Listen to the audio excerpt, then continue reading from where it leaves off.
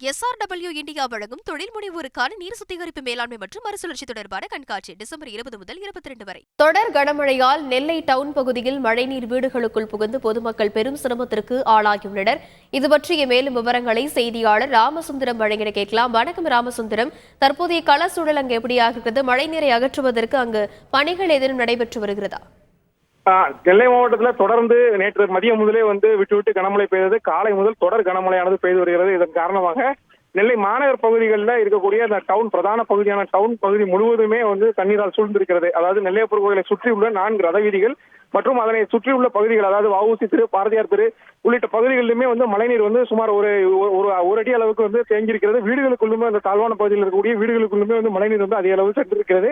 இதன் காரணமாக பொதுமக்கள் மிகுந்த சிரமத்திற்கு உள்ளாகி இருக்கிறார்கள். மழைநீர் செல்ல வழியின்றி அந்த பகுதி முழுவதுமே தண்ணீர் தேங்கியிருக்கிறது. இதன் காரணமாக தற்போது அந்த வஉசி தெரு முழுவதுமே அந்த தண்ணீர் நிற்பதால் பொதுமக்கள் வெளியே வர முடியாத ஒரு சூழல் நிலவி வருகிறது.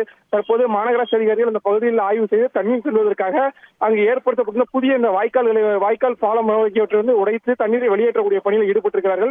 தொடர்ந்து மின்மோட்டர் மூலம் அந்த தண்ணீரை வெளியேற்ற முடிவதற்கான அந்த ஏற்பாடுகளும் செய்யப்பட்டு வருகிறது. வீடுகளுக்குள்ள உள்ள தண்ணீரை பொதுமக்களே வாரி இறைத்து கொண்டிருக்கிறார்கள். மழை தொடர்ந்து அதிகரித்து மழையின் அளவு அதிகரித்ததன் காரணமாக மீண்டும் இந்த பகுதியில் தண்ணீர் சேருவதற்கான வாய்ப்புகள் இருப்பதால அந்த சாலை முழுவதும் போக்குவரத்து தடை செய்வதற்கான ஏற்பாடுகளை போலீசார் செய்திருக்கிறார்கள். விரிவான விவரங்களுக்கு நன்றி ராமசுந்தரம். SRW இந்தியா வழங்கும் தொழில் முனைவோருக்கான நீர் சுத்திகரிப்பு மேலாண்மை மற்றும் மறுசுழற்சி தொடர்பான கண்காட்சி டிசம்பர் 20 முதல் 22 வரை.